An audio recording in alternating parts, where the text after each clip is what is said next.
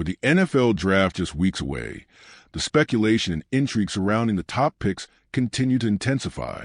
The Tennessee Titans, holding the number 1 overall selection, appear increasingly inclined to retain the pick rather than trade it away. The consensus around the league is that Cam Ward will be their choice, and as the draft approaches, that belief only strengthens.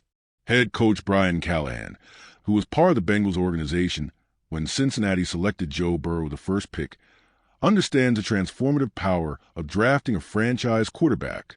The Titans view this selection as a pivotal moment for their organization, one that could alter their trajectory for years to come. At number 2, the Cleveland Browns are at the heart of one of the most debated discussions in this year's draft.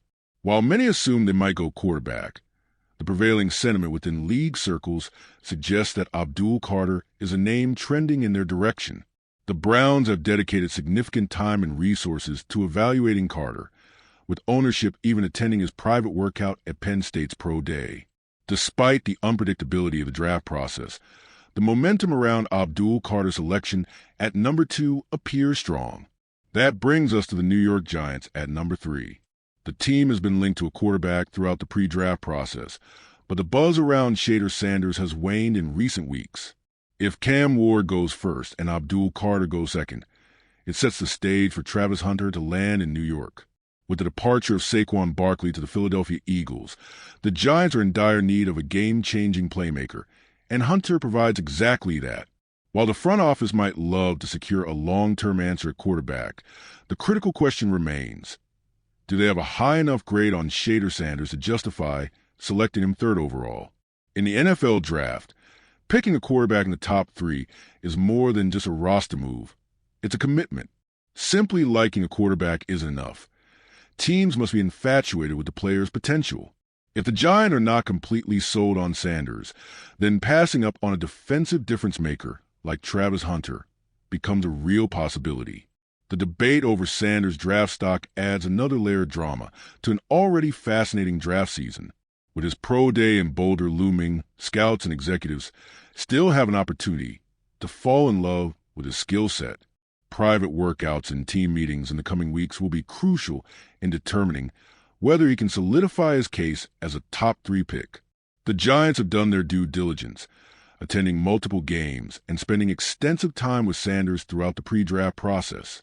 However, they must decide if they are fully convinced that he is their future franchise quarterback, or they should opt for one of the draft's top-rated defensive players instead. With Abdul Carter and Travis Hunter widely regarded as the best overall prospects in this class, the Giants face a pivotal decision that could define their future. Adding to the complexity of the draft landscape, ESPN's Field Yates released his latest mock draft, projecting 5 quarterbacks to go in the first 2 rounds. As expected, Cam Ward headlines the draft board, while Shedeur Sanders doesn't have to wait long, as the Giants are still predicted to take him at number 3. Meanwhile, Jackson Dart is another intriguing quarterback prospect, with Yates projecting him to land in Pittsburgh at 21st overall. The dynamics of the quarterback market remain fluid, with several teams still weighing their options. While the draft speculation dominates headlines, other key NFL storylines continue to unfold. In Cincinnati, the situation surrounding defensive end Trey Hendrickson and the Bengals is growing increasingly tense. Hendrickson publicly expressed frustration with the organization's lack of communication regarding his contract negotiations, stating that discussions with his representatives have been virtually non-existent. Despite his elite production, leading the league in sacks in 2025 and consistently ranking among the NFL's top pass rushers, the Bengals have yet to present a long-term extension that aligns with his market value. Hendrickson's frustration is palpable, and his comments indicate that he feels left in the dark. The Bengals, on the other hand, appear content to play the long game, potentially leveraging the situation to retain Hendrickson at a lower price. Cincinnati granted Hendrickson permission to seek a trade, yet their high asking price has reportedly deterred interested teams. Complicating matters further, any team acquiring him must also be willing to offer a top-of-the-market contract.